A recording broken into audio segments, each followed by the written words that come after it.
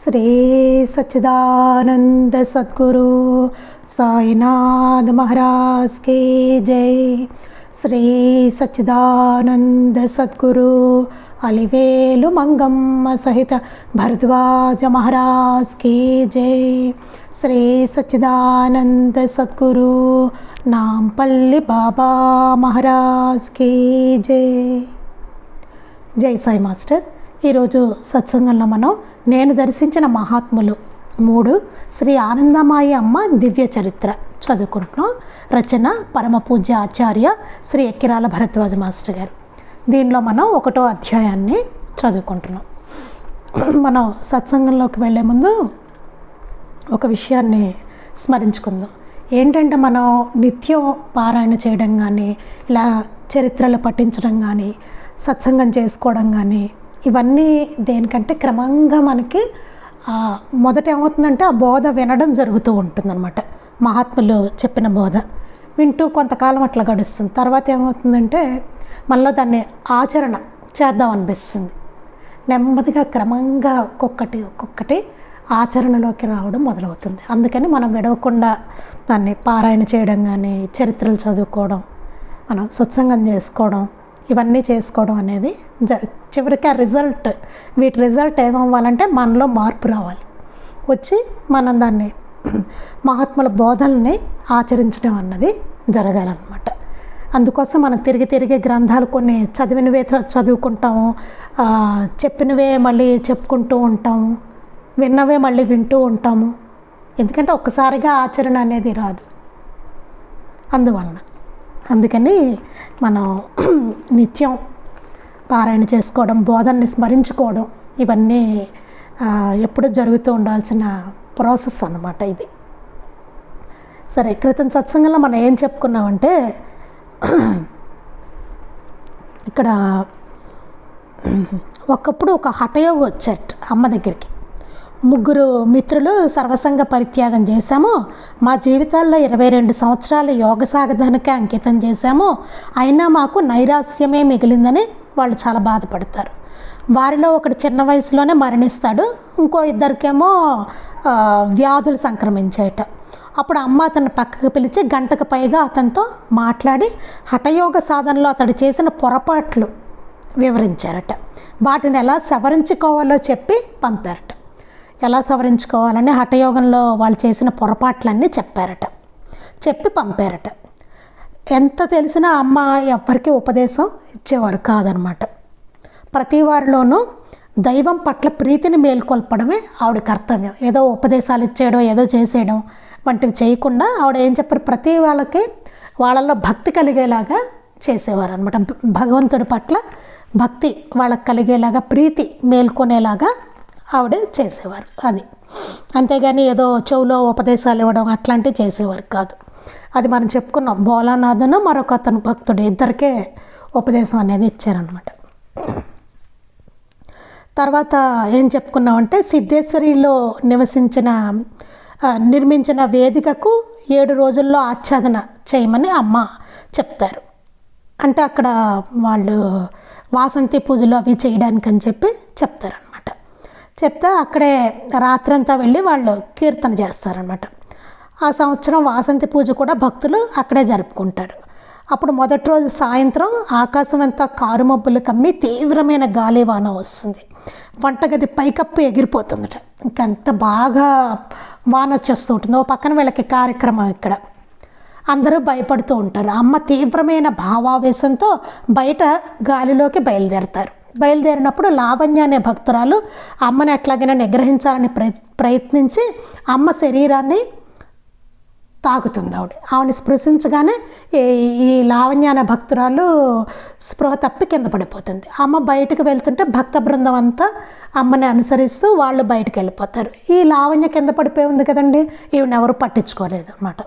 కొంతసేపటికి శశాంక మోహన్ అనే భక్తుడు ఒకడు ఆలయంలోని కుటీరం వద్దకు వచ్చి నిర్మానుష్యమైన, అక్కడ ఎవరు లేరు కదా, ఆ ప్రదేశంలో ఎంతో మధురంగా హరిబోల్ అన్న కీర్తిని వినిపించగానే మొదట భయపడతాడు. హరిబోల్ అన్న కీర్తి, అసలు అక్కడ ఎవరూ లేరు. అమ్మ వెనకాల వాళ్ళందరూ వెళ్ళిపోతే హరిబోల్ అనే కీర్తన వినిపించేసరి అతను భయపడ్డాట. ఎవరూ లేరు, ఇక్కడ ఈ కీర్తన వినిపిస్తుంది అంటే. తర్వాత చూస్తే స్పృహ లేని లావణ్య అక్కడ పడి ఉండడం గమనించాడు. తర్వాత చూసాట, స్పృహ లేకుండా లావణ్య అక్కడ పడిపోయి ఉందట. ఆమెను దాటిపోయిన భక్తుల పాదాలకున్న మట్టి అంతా ఆమెను కప్పివేసిందిట. మొత్తం వాళ్ళు దాటుకుంటూ వెళ్ళిపోయారు ఆవిడ్ని, అదంతా మట్టి ఆవిడని కప్పేసిందిట. కానీ ఆవిడ ముఖంలో మాత్రం అలౌకికమైన వర్చస్సు మాత్రం ఉందిట, అవతరించింట. ఆమెను ఎలాగో అమ్మ చెంతకు చేర్చారట. ఆమెకు ప్రాప్తించిన స్థితి ఎంత గొప్పదో అర్థం చేసుకోలేక వాళ్ళ అమ్మ ఆవిడ్ని మేల్కొల్పమని, లావణ్యని మేల్కొల్పండి అమ్మ అని చెప్పిందట. ఆవిడ తల్లి అమ్మతో మూర్ఖించిందిట, వద్దని పట్టుపెట్టిందనమాట. అట్లా ఆ స్థితిలో ఉండకూడదు, బయటకు వచ్చేయాలని చెప్పి. ఇట్టి ఆనందం కోసమే సాధకులందరూ తపించేది. కానీ ఏం చేస్తాం, ఆమె తల్లి మూర్ఖిస్తున్నది అన్నారట అమ్మ. ఏదైతే అందరూ ఆనందం కోసం ప్రాకులాడతారో, తపిస్తారో, అది ఆ ఆనందమైన స్థితి ఆ లావణ్యకు లభించింది అమ్మను తాకగానే అన్నమాట. కానీ ఏం చేస్తాం, వాళ్ళ అమ్మ మూర్ఖిస్తుంది అక్కడ అని లావణ్యను తాకి ఏవో యోగక్రియలు చేశారట. ఆ లావణ్య కొంతవరకు స్పృహ రావడము, మరలా ఆనంద పారవస్యం పొంగి పొరలడము అలా జరుగుతూనే ఉన్నదట. అమ్మ అన్నారట, అడవిలోని కారు చుచ్చు రగులుకున్నాక వెంటనే ఆర్పడం ఎవరి తరం? అడవిలో కారు చుచ్చు అంటే ఆవిడకి మొదలైంది ఆవిడలో అది, ఆ స్థితి. ఇంకా అది ఎవరో ఆపలేరు అని చెప్పారట. ఎలాగో 3 రోజులకు ఆమెకి స్పృహ వచ్చిందట. కానీ కొద్ది సంవత్సరాల తర్వాత ఆమె మరణించిందట. అది తర్వాత ఏం చేశారట, అక్కడ మహా అష్టమి రోజున అమ్మకి 10 తామర పువ్వులతో పాద పూజ చేసి 9వ రోజున మట్టి విగ్రహాన్ని నిమజ్జనం చేసి మళ్ళీ ఈ బృందం అంతా షాబాగ్కి తిరిగి వచ్చేసారట. సిద్ధేశ్వరి వెళ్ళారు కదండి, మళ్ళీ షాబాగ్కి వచ్చేసారట వీళ్ళంతా. అమ్మ అనుగ్రహాన్ని విశేషంగా పొందగలిగిన వారిలో బాయాజీ అని ఒకరు ఉండేవాట, ఒక భక్తుడు. అమ్మ అనుగ్రహాన్ని చాలా విశేషంగా పొందట. అదేంటంటే అమ్మ వాళ్ళకి ఆయన ఉన్నప్పుడు ఇంట్లో కనబడుతూ ఉండేవారట. ఆవిడ మామూలుగా అక్కడే ఉండేవాళ్ళ అమ్మ, కానీ వీళ్ళ ఇంట్లో మాత్రం ఆవిడ కనబడుతూ ఉండేవారట ఇతనికి. ఆ రోజు ఏ వస్త్రాలు అయితే ధరించారో అదే వస్త్రాలతోటి ఆవిడ కనబడుతూ ఉండేవారట. ఇతను ఎక్కడుంటే అక్కడ కనిపించేవారట, ఇంట్లో ఉన్నట్టుగా కనిపించేవారట. ఆ విషయమే అతను అమ్మని అడిగితే, నీవేమి చేస్తున్నావో చూడాలని నేను అట్లా వచ్చాననో, లేక నన్ను చూడాలని గట్టిగా సంకల్పించుకున్నావు కనుక నేనే వచ్చాననో అమ్మ చెప్పేవారట. ఆమె దగ్గర భక్తులు పెరిగిన కొద్దీ అతడు కొన్ని రోజుల వరకు అమ్మతో మాట్లాడడమే వీలయ్యేది కాట. ఒకరోజు అతడు షాబాగ్ కూడా వెళ్లకుండా తన గదిలోనే ఉండిపోయాడు. కొద్దిసేపటికి అకస్మాత్తుగా దిగులుగా ఉన్న అమ్మ ముఖం అతను కనిపించింట. అతడు ప్రక్కకు తిరిగి చూసేసరికి ఒక భక్తుడు వచ్చి, అమ్మ మిమ్మల్ని తీసుకురమ్మన్నారని చెప్పాట అతనితో. అంటే అతని బాధకి అమ్మ అక్కడ దర్శనం ఇచ్చి అతన్ని రప్పించుకున్నారనమాట. అమ్మ అతనికి ఇక్కడి నుంచి మనం చెప్పుకోవాలండి, అమ్మ అతనికి ఎన్నో పరీక్షలు కూడా పెట్టారు. చూడండి, అక్కడితో అయిపోయిందా? దివ్య దర్శనాలు ఇచ్చారు, అంత బాగుంది. కానీ ఎన్నో పరీక్షలు కూడా పెట్టారట అతనికి. ఒకరోజు అతడు ఆఫీసులో పనిలో తలమునకలు అవుతుండగా ఒక భక్తుడు వచ్చి అమ్మ పిలిచారని చెప్పాడు. అతనికి ఆ ఆఫీసులో బోల్డ్ అంత పని ఉందిట. అప్పుడు తలమునకలు అయిపోతున్నట్ట పని ఒత్తిడితో. అలాంటి టైంలో, బాగా వర్క్ ఉన్న టైంలో, బిజీ టైంలో ఒక అతను వచ్చి అమ్మ పిలిచారని చెప్పాట. కొద్దిసేపట్లో అతని పై అధికారి కొత్తగా బదిలీ అయ్యి వస్తున్నాడని తెలిసింది. ఎలాంటి సిచ్యువేషన్ అంటే, కొద్దిసేపట్లో కొత్తగా వస్తున్న పై అధికారి వస్తున్నాడు. మరి బాస్ వస్తుంటే ఉండాలి కదా, అందరూ పనిచేసి ఆయన కింద పనిచేసే వాళ్ళందరూ ఆ టైంకి ఉండాలి కదా. చూడండి ఎంత విచిత్రమైన పరీక్ష పెట్టారో చూడండి, ఎంత సన్నివేశం. ఇతనికి ఉద్యోగం పోయిందంటే జీవనాధారమే పోతుంది అక్కడ కదా. అయినప్పటికీ బాయాజీ బయలుదేరి షాబాగ్ వచ్చేసాడు. చూడండి అతనిలో ఉన్న విశ్వాసం చూడాలి ఇక్కడ. అతను ఏం చేశాడు, అయినా సరే అతను వచ్చేసాడు షాబాగ్కి, అక్కడ వదిలేసి ఆఫీసులోని. అమ్మ అతన్ని సిద్ధేశ్వర్ తీసుకెళ్లారు. అమ్మ ఏం చేశారట, అతన్ని సిద్ధేశ్వర్కి తీసుకెళ్లారట. అక్కడ ఆమెలోని దివ్య వర్చస్సు చూసి అతడు భోలానాథ్తో, ఇక నుండి ఈమెను ఆనందమాయి మాత అని పిలుచుకుందాము అన్నాడు. అదండి అసలు విషయం. ఆనందమాయి అని ఎట్లా వచ్చిందంటే, ఆవిడలో అప్పుడు దివ్య వర్చస్సు మోహన్లో ప్రస్ఫుటం అవుతుందట. అప్పుడు అతను చూసి భోలానాథ్ అంటే అమ్మ భర్త భోలానాథ్ గారితో అన్నారట, ఇక నుంచి ఈమెను మనం ఆనందమాయి మాత అని పిలుచుకుందాము అని చెప్పారట. అన్నట్టు, ఇతను భోలానాథ్తో ఇతను అన్నట్టు మొదట. అది అక్కడి నుంచి ఆవిడకి ఆనందమాయి అని పేరు వచ్చిందనమాట. అటు తర్వాత అతడికి తన ఆఫీసులో పని మధ్యలో వచ్చేసినట్టు గుర్తొచ్చి మనసులో ఆందోళన కలిగింది. కాసేపు మర్చిపోయాడు, ఆవిడ ముఖ వర్చస్సు వాటిలో చూస్తూ ఆవిడకి చక్కగా పేరు కూడా పెట్టేశాడు. ఆనందంలో ఉన్నాడు, బాగుంది. తర్వాత టక్కున గుర్తొచ్చిందట అతనికి, అయ్యో ఆఫీసులో వర్క్ అంతా వదిలేసి వచ్చానే అనేసి ఆందోళన వచ్చింట.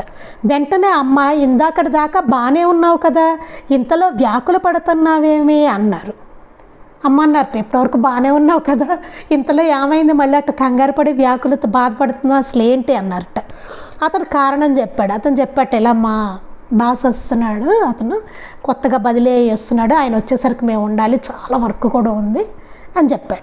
తీరా అతడు ఆఫీసుకి వెళ్ళాక చూస్తే అతడు ఆఫీసులో లేని సంగతి వారెవరూ గుర్తించలేదని తెలుసుకుని ఆశ్చర్యపోయాడు.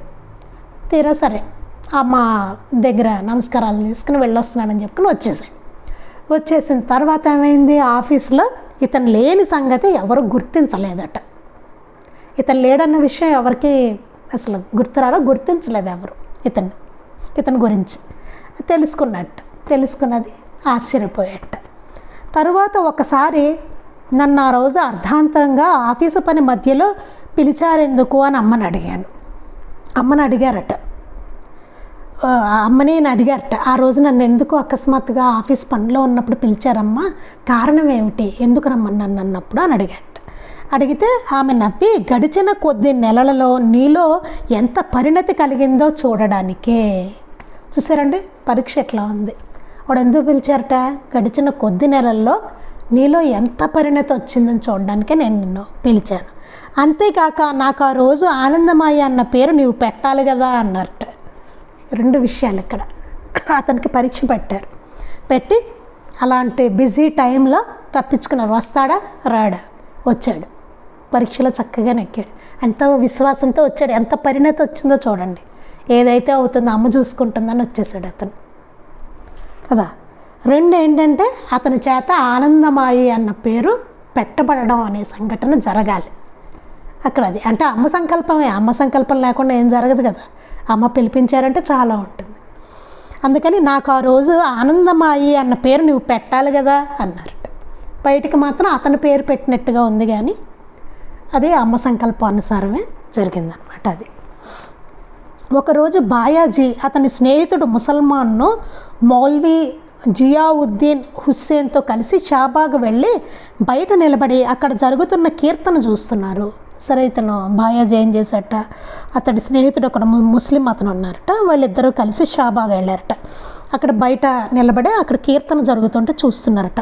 అమ్మ ఒక్కసారిగా భావపారవస్యంలో లేచి వీరి దగ్గరకు వచ్చి ఆ ముసల్మాన్ కుడి చేత్తో తాకి ముందుకు సాగిపోయారు. ఒక్కసారి భావపారవస్యం అంటే కీర్తనలు అవి జరుగుతుంటే అమ్మ భావపారవస్యంలోకి వెళ్ళిపోతూ ఉంటారు కదా, అలాగే వెళ్ళిపోయారట. అమ్మ వెళ్ళిపోయి వీరి దగ్గరకు వచ్చారట. వచ్చి ఆ ముసల్మాన్ వచ్చాడు కదా వీళ్ళతో పాటు ఒక ముస్లిం అతను కుడి చేత్తో తాకి ముందుకు వెళ్ళిపోయారట. ఆమె ఆ తోటలో ఉన్న దర్గా దగ్గరకు వెళ్ళి ఆ పారవస్యంలోనే నమాజు చేయని ఆరంభించారు. ఆ తోటలోనే ఒక దర్గా ఉందిట, అక్కడికి వెళ్ళిపోయారట ఆవిడ అమ్మ. ఆ పారవస్యంతో వెళ్ళిపోయి అక్కడ నమాజ్ చేయడం ప్రారంభించారట. వెంటనే హుస్సేన్ కూడా ఆమెతో పాటు నమాజ్ చేశాడు. మరి తను ముస్లిం కదండి, వెళ్ళి ఆవిడతో పాటు నమాజ్ చేశాడట. తర్వాత ఆమెతో పాటే తిరిగి వచ్చి కీర్తనలో కూడా పాల్గొన్నాడు. ఇంకా అది ఒకటే కాదు, తిరిగి వచ్చిన తర్వాత ఆనందమయ్య అమ్మతో పాటు కీర్తనలో కూడా అతను పాల్గొన్నాడట. మతభేదం విషయంలో అమ్మ అతని భావాన్ని సంస్కరించారన్నమాట. చూడండి, అటు నమాజ్ చేయించారు, వచ్చి మళ్ళీ ఈ కీర్తనలో పాడించారు అతని చేత, దాంట్లో పాల్గొనేలా చేశారు. రెండిట్లోనూ అతనికి ఏంటంటే మతభేదం ఉంది, ఆ మతభేదాన్ని అతను ఆ అమ్మ సంస్కరించారు. పైగా ఆవిడ కూడా నమాజ్ చేయడం అక్కడ చూడండి అసలు అది, అందుకని అతన్ని సంస్కరించారనమాట. అలానే బాయాజీ అతని స్నేహితుడు నిరంజన్ రాయ్ కీర్తన అన్నది అల్పమైన సాధన అని తలిచి అందులో ఎన్నడూ పాల్గొనేవారు కాదు. చూడండి, మనం ఎంత ఇదిగా ఉన్నా బలహీనత కొన్ని మన అభిప్రాయాలు కొన్ని ఉంటూ ఉంటాయి. అట్లాగే ఇతనికి ఎంత సాధన సాధకుడయ్యి ఎంత పరిణతి ఉన్నా ఈ బాయాజీ ఏమనుకునేవాట, అతని స్నేహితుడు ఇద్దరు ఏమనుకునేవారట, నిరంజన్ రాయ్ అనే అతను ఉండేవాడు. వీళ్ళిద్దరూ అనుకునేవారట అదొక అల్పమైన సాధన, వీళ్ళు కీర్తనలు పాడడం వాటిలో పాల్గొనడం ఇవన్నీ ఒక అల్పమైనవి అని అనుకునేవారట. అంటే చాలా తక్కువగా చూసేవారు దాన్ని, కీర్తన పాడడం అనేది తక్కువ సాధనగా అనుకునేవారు. అనుకుని వాళ్ళు ఎప్పుడూ అందులో పాల్గొనేవారు కాట. ఒకనాటి సాయంత్రం షాబాగులో కీర్తన అయ్యాక అమ్మ, ఇవాళ కీర్తనలో ఎవరూ పాల్గొనలేదో వాళ్ళు ఇప్పుడు పాడి తీరాలి అన్నారు. చూడండి అసలు అమ్మ ఏం చేశారు, ఆ తక్కువ సాధన అనే ఉద్దేశం వీళ్ళకుంది, వీళ్ళు పాల్గొలేదు వీళ్ళిద్దరు. అప్పుడు అమ్మ ఏమన్నారట, ఆ రోజు సాయంత్రం షాబాగ్లో కీర్తన అయిపోయిన తర్వాత ఇవాళ ఎవరు కీర్తనలో పాల్గొనలేదో వాళ్ళు ఇప్పుడు పాడి తీరాలని చెప్పారట. ఆ మిత్రులు ఇద్దరు ఆశ్చర్యపోయి కీర్తన చేయసాగారు. వాళ్ళు ఆశ్చర్యపోయారట, వీళ్ళిద్దరూ పాల్గొలేదు కదండి, అందరూ పాల్గొన్నారు, వీళ్ళిద్దరూ పాల్గొలేదు. ఎందుకంటే అదేదో తక్కువ రకం సాధన అనే ఉద్దేశం వాళ్ళకు ఉందన్నమాట. ఇంకా చేసేది లేక వాళ్ళిద్దరూ కీర్తన చేయసాగారట. క్రమంగా వారి హృదయాల్లో కూడా కీర్తన చేయటం వలన భక్తి తీవ్రం కాసాగింది. వాళ్ళ ఉద్దేశం ఏంటి, పెద్ద గొప్ప సాధన కాదు కీర్తన, కానీ వాళ్ళ కీర్తన చేస్తుంటే ఏమైందట, వాళ్ళల్లో భక్తి తీవ్రం కాసాగిందట. వాళ్ళది గుర్తించారనమాట, భక్తి ఇంకా తీవ్రం అయిపోతుంది కీర్తన చేస్తుంటే వాళ్ళిద్దరికీ. అందువలన అటు తర్వాత ధ్యానం కూడా చక్కగా జరగసాగింది. వాళ్ళ ధ్యానం కూడా చాలా బాగా కుదిరిందట, ఎప్పుడూ లేనంత అంత చక్కగా వచ్చింట ధ్యానం కూడా. అప్పటి నుండి కీర్తన ఎంత విలువైందో వారికి తెలిసింది. అప్పుడు అర్థమైంట వాళ్ళకి కీర్తన ఎంత విలువైందో అన్న విషయం. ఆనందమయ్య అమ్మ కీర్తనలు భజనలు ఇవన్నీ చేయించేవారండి. ఎవరైతే భజన చేయరో వాళ్ళ చేత చేయిస్తూ ఉండేవాళ్ళు భజన అమ్మ. ఆ రోజుల్లో అమ్మ అతి స్వల్పంగా తినడం చూచి బాయాజీ చాటుగా గోధుమ పిండి నెయ్యి షాబాకు పంపించి వాటిని అమ్మకు తెలియకుండా దాచవించి రోజు పూరీలు చేసి ఆమెకు పెట్టమని భక్తులను కోరాడు. అమ్మ తినడం అది అట్లా లేదు కదా, చాలా స్వల్పంగా తినేవారు కదా, అతి స్వల్పం. మనం చెప్పుకున్నాం కదా, ఏవో మెతుకులు తినడం అట్లా ఉండేది ఆవిడది. ఇన్ని మెతుకులని, ఒక 2 ముద్దలు 3 ముద్దలు అట్లా తినడం కదా ఆవిడది, అతి స్వల్పంగా. అది చూసి బాయాజీ చాటుగా ఏం చెప్పట, గోధుమ పిండి నెయ్యి షాబాకి పంపించట అమ్మ దగ్గరికి. గోధుమ పిండి నెయ్యి అంటే అక్కడ భక్తులకి పంపించి వాటిని అమ్మకు తెలియకుండా దాచి ఉంచి, అమ్మకు చెప్పద్దు పంపినట్టుగా, అవి దాచిపెట్టండి, పెట్టి రోజు పూరీలు చేసి ఆమెకు పెట్టమని కోరాడు భక్తుల్ని. పూరీలు చేసి పెట్టండి అమ్మకి, ఆవిడ కొంచెం కొంచెమే తింటున్నారు స్వల్పంగాను, గోధుమ పిండి నెయ్యి ఇవన్నీ వేసి బాగా కలిపి పూరీలు చేయండి అని చెప్పాడు. కానీ 3వ రోజు కల్లా అమ్మ అతని సమక్షంలో తమ సేవకులతో ఆశ్రమంలో ఉన్న పిండి అంతటితోనూ పూరీలు చేసి తీసుకురండి అని ఆదేశించారు. అసలు ఆవిడకి చెప్పలేదు ఎవరు పిండి ఉన్నట్టుగా, ఇతను పంపించినట్టుగా. కానీ అమ్మ తర్వాత రోజు ఏం చేశారు, 3వ రోజు అమ్మ అతని సమక్షంలో తమ సేవకులతో ఆశ్రమంలో ఉన్న పిండి అంతటితోనూ పూరీలు చేసి తీసుకురండి అని చెప్పారట. ఎంత పిండి ఉంటే ఆశ్రమంలో అంతటితోటి పూరీలు చేసేసేయండి, తీసుకురండి అని ఆదేశించారట. కొద్దిసేపట్లో సేవకులు దాదాపు 80 పూరీలు చేసుకొచ్చి ఆమె వద్ద ఉంచారు. కొద్దిసేపట్లో ఆమె ఏంటంటే వాళ్ళు దాదాపుగా 80 పూరీలు చేసి అమ్మ దగ్గర పెట్టారట. అమ్మ అవన్నీ తినేసి పూరీలు ఇంకా ఉన్నా తినివేసేదాన్నే, నేను తినడం అంటూ మొదలు పెడితే మీరెంత శ్రీమంతులైనా నేను తిన్నంత పెట్టలేరు, ఇలాంటి ఏర్పాట్లు ఎన్నడూ చేయకండి అన్నారు. అవన్నీ తినేశారట, 80 పూరీలు తినేశారట అమ్మ. చూడండి అసలు ఆవిడ సాధన ఎట్లా ఉండేది, కొన్ని మెతుకులు తినడం, 2 ముద్దలు తినడం, అలాంటి ఆవిడ 80 పూరీలు తెప్పించుకొని తినేశారు. తినేసి అన్నారట, పూరీలు ఇంకా ఉన్నా తినివేసేదాన్ని, ఇంకా ఉన్నా 80 ఉన్నాయి, ఇంకా ఉన్నా నేను తినేసేదాన్ని. నేను తినడం అంటూ మొదలు పెడితే మీరెంత శ్రీమంతులైనా సరే నేను తిన్నంత పెట్టలేరు అని చెప్పారు. మీరు ఎంత గొప్పవాళ్ళైనా సరే నేను తిన్నంత మీరు పెట్టలేరు అని చెప్పి, ఎంతైనా తినగలరు, తినకుండా కూడా ఉండగలరు, ఏదైనా తినగలరు. అది వారి స్థితి, మహనీయుల స్థితి. అది నేను తిన్నంత పెట్టలేరు మీరు, ఎంత గొప్పవాడైనా సరే ఎంత శ్రీమంతుడైనా నేను తిన్నంత మీరు అసలు పెట్టలేరు అని చెప్పారట. ఇలాంటి ఏర్పాట్లు ఎన్నడూ చేయకండి అన్నారు, ఇలాంటి ఏర్పాట్లు చేయకండి అని చెప్పారట.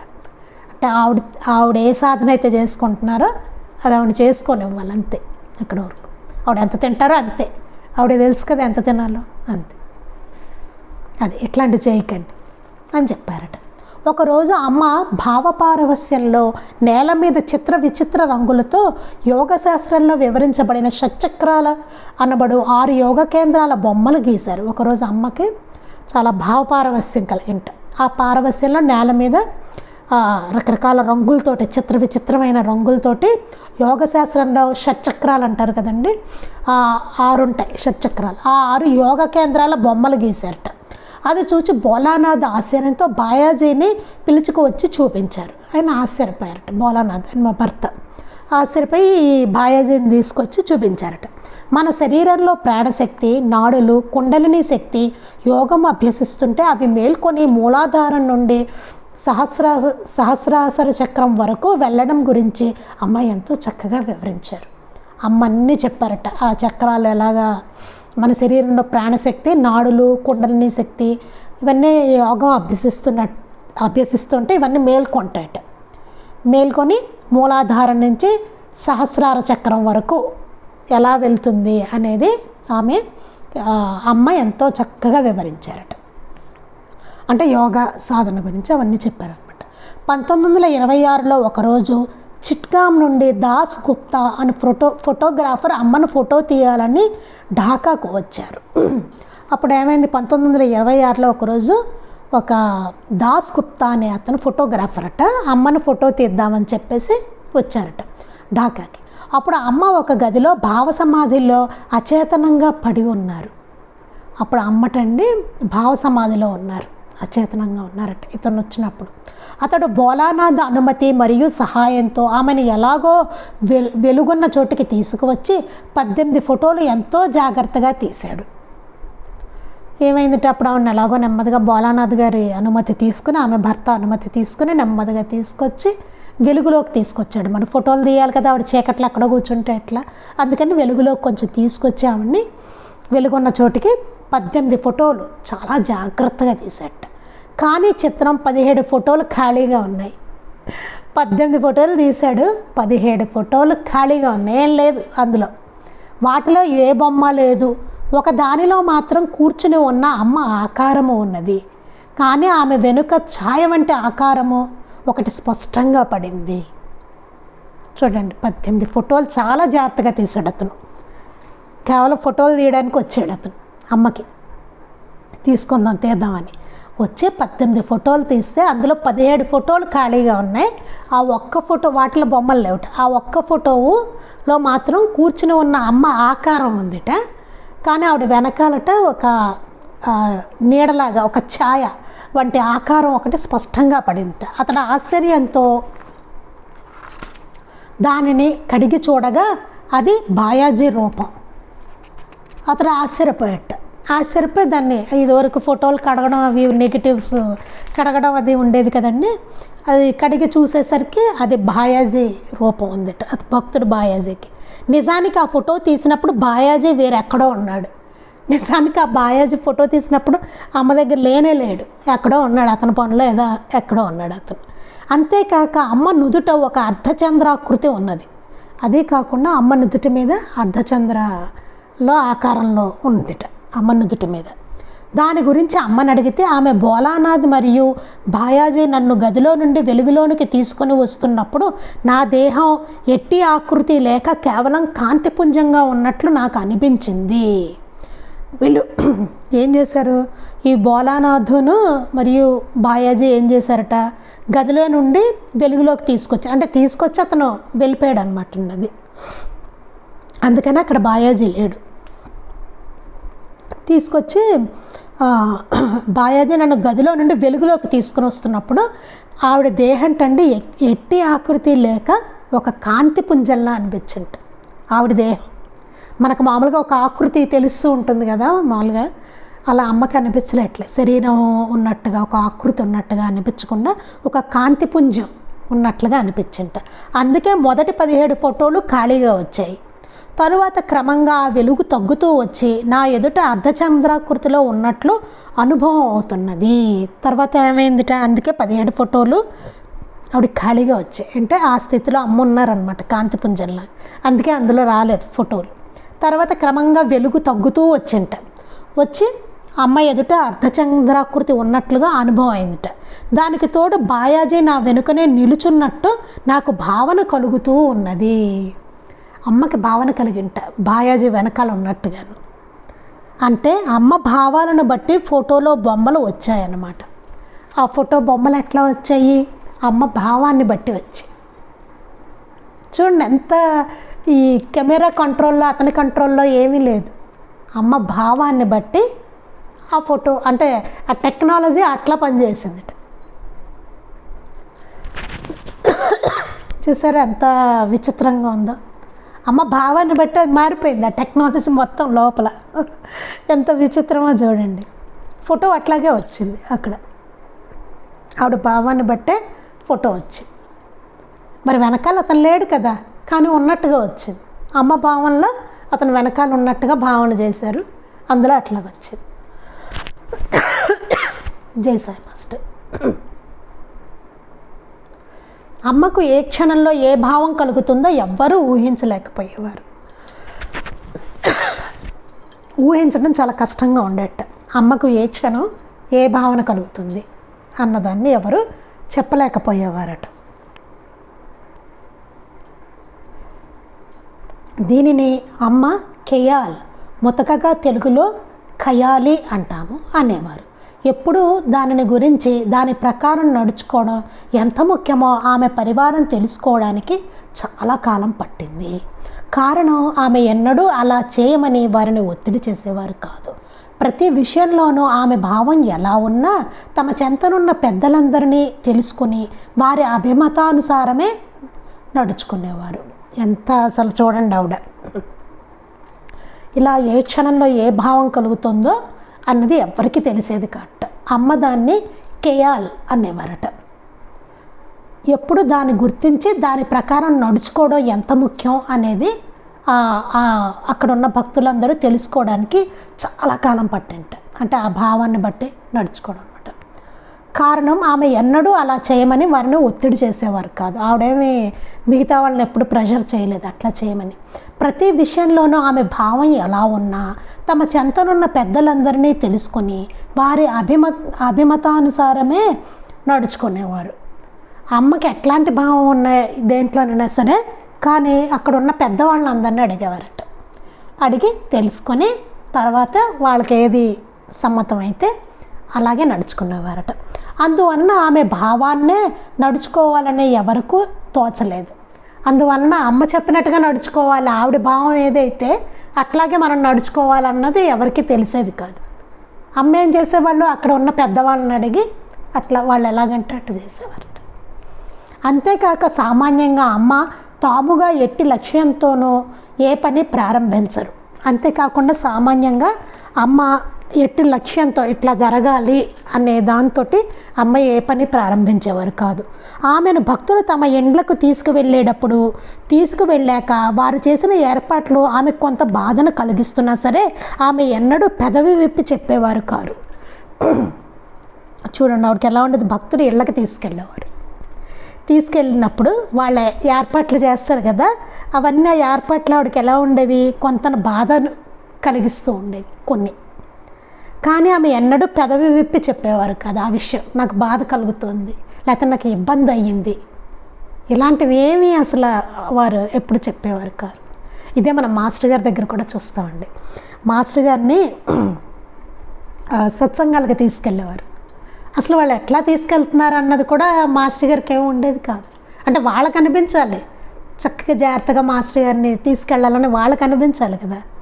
ఏదో సైకిల్ మీద తీసుకెళ్ళిపోవడము, లేకపోతే బండి ఎక్కించుకొని తీసుకెళ్ళిపోవడం, జనరల్ కంపార్ట్మెంట్లో కూడా తీసుకెళ్ళారట మాస్టర్. మొన్న వేదం గారు చెప్పారు సత్సంగం, అలా కూడా వెళ్ళారు మాస్టర్ గారు. వాళ్ళకి అనిపించాలి అది మంచి కార్లో తీసుకెళ్లాలనో లేకపోతే ట్రైన్లో ఏసీ కంపార్ట్మెంట్ ఏసీ తీసుకొని దాంట్లో తీసుకెళ్లాలనో వాళ్ళకి అనిపించాలి, అంతే కదా. ఆయన్ని గౌరవంగా చక్కగా చూసుకోవాలి, అంతటి మహాత్ములు వస్తున్నారు మన ఇంటికి అని చెప్పి.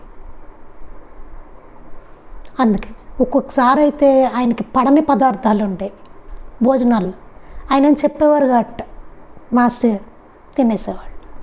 తర్వాత ఆయన హెల్త్ పాడయ్యేదన్నమాట. సరైన సౌకర్యాలు అసలు ఉండేవే కాటు మాస్టర్ గారికి. ఇట్లాంటివన్నీ అవేవి పట్టించుకునేవాళ్ళు కాదు. సత్సంగం చేయడానికి వెళ్తున్నాను అంతే. ఆయన అంతే. బాబా గురించి మాట్లాడుతున్నా, బాబా గురించి చెప్పడానికి వెళ్తున్నా. ఏమీ అసలు ఆయన పెదవి విప్పి చెప్పడం అనేది ఉండేది కాదు. అలాగే ఇక్కడ కూడా అమ్మ దగ్గర కూడా మహాత్ములందరూ అట్లానే ఉంటారు. దొంగ గురువుల దగ్గర చూస్తాం, ముందే చెప్తారు ఎట్లా ఉండాలో కదా. వాడిని మంచి కారులో తీసుకెళ్ళాలి, లేకపోతే రారు. ఇట్లాంటివన్నీ చాలా ఉంటాయి.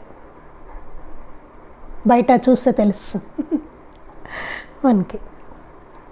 ఎన్నడూ పెదవి విప్పి చెప్పేవారు కాదు అమ్మ. తమ చెంతనున్న సేవకులు తగు రీతిన ఏర్పాట్లు చేస్తామన్నా ఒక పట్టాన్న ఆమె అంగీకరించేవారు కాదు. కానీ పక్కన సేవకులు ఉంటారు కదా, వాళ్ళేమో మేము ఏర్పాట్లు చేస్తాం అమ్మ ఇది ఏదన్నా, అమ్మ అసలు ఒప్పుకునేవాళ్ళు కాదు.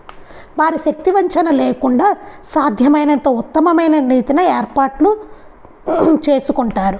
కానీ వారి తల్లి వాటిని ఇష్టపడనంతటి పల్లెటూరు బయటని పాపం వాళ్ళకేమీ తెలుసు అనేవారు అమ్మ. ఇక్కడ ఏం చెప్తున్నారంటే వాళ్ళ శక్తి వంచన లేకుండా సాధ్యమైనంత ఆవిడకి నాకు ఏర్పాట్లు చేస్తారు అమ్మ చెప్పేవాళ్ళు అనమాట.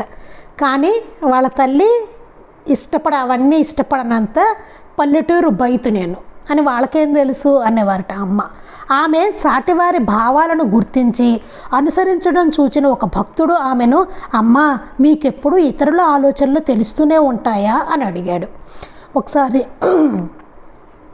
సాటివారి భావాలు గుర్తించి అనుసరించడం చూసిన ఒక భక్తుడు, ఆమె సాటివారి భావాలు చూసి చెప్తున్నారని అనుకునే ఒక భక్తుడు ఏమన్నట్ట, అమ్మ మీకు ఎప్పుడు ఇతరుల ఆలోచనలు తెలుస్తాయా అని అడిగట్ట.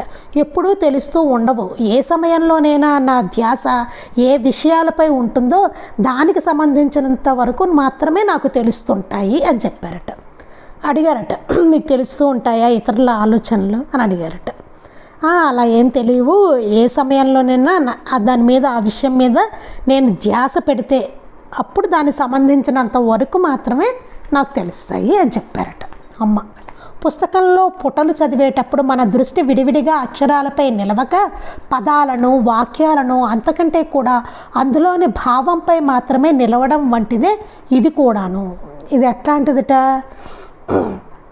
మన పుస్తకం చదువుతూ ఉంటాం కదా, చదువుతూ ఉన్నప్పుడు మన దృష్టి విడివిడిగా అక్షరాలపై కాకుండా విడివిడిగా ఒక్కొక్క అక్షరం మీద ఉండదు మన దృష్టి, పదాల మీదకి వెళ్ళిపోతుంది, తర్వాత వాక్యాల మీదకి వెళ్ళిపోతుంది, తర్వాత అందులో నుండే భావంపై మాత్రమే నిలవడం వంటిదే ఇది కూడాను అన్నారట. అందులో ఏ భాగమైనా ఎప్పుడు జాగ్రత్తగా వివరంగా చదవదలిచినా చదవవచ్చు కదా. అందులో ఏ భాగమైనా సరే జాగ్రత్తగా వివరంగా చదవాలనుకున్నప్పుడు చదవచ్చు మనం. అలాగే పూర్ణమైన జ్ఞానము ఉన్నప్పుడు కూడా సామాన్యము పరిమితము అయిన జ్ఞానము మాత్రమే ఉన్నట్లు నడుచుకొనడము సాధ్యమే అని చెప్పారమ్మ. చాలా ఎంత బాగా చెప్పారో చూడండి. పూర్ణమైన జ్ఞానం ఉన్నా సరే అట్లాంటి వాళ్ళు కూడా సామాన్యంగా పరిమితమైన జ్ఞానం మాత్రమే ఉన్నట్టుగా నడుచుకోవడం కూడా సాధ్యమే అని చెప్పారు. అది కూడా పాసిబుల్లే, మామూలుగా ఉండొచ్చు. ఎంత పూర్ణ జ్ఞానులైనా సరే వాళ్ళు అసలు మామూలుగానే ఉంటారు, వాళ్ళు నిజంగా మామూలుగా ఉండొచ్చు, అది సాధ్యమే అని చెప్పారట. అందుకే చూడండి బాబాకి తర్వాత తప్పిస్తాడు అతను, ఇవ్వవలసిన విలువ నేను ఇవ్వలేదు బాబాకి, ఉండవలసిన నేను సరిగ్గా సేవించుకోలేదు ఆయన్ని అని చెప్పి చాలా బాధపడతాడు శ్యామ. ఇవన్నీ ఇట్లాంటి సన్నివేశాలు అన్నమాట. వాళ్ళు చాలా సామాన్యంగా ఉండడం కదా. ఇప్పుడు మాస్టర్ గారిని తీసుకోండి, చక్కగా మామూలుగా మాట్లాడుతూ ఉండేవారు. అట్లాగా ఒక కాలేజీలో లెక్చరర్గా వచ్చారు ఆయన, ఎంతో మామూలుగా ఉండేవారు మాస్టర్ గారు. దాంతో ఏమనిపిస్తుంది, మామూలు మనిషి అనిపిస్తూ ఉంటుంది కదా.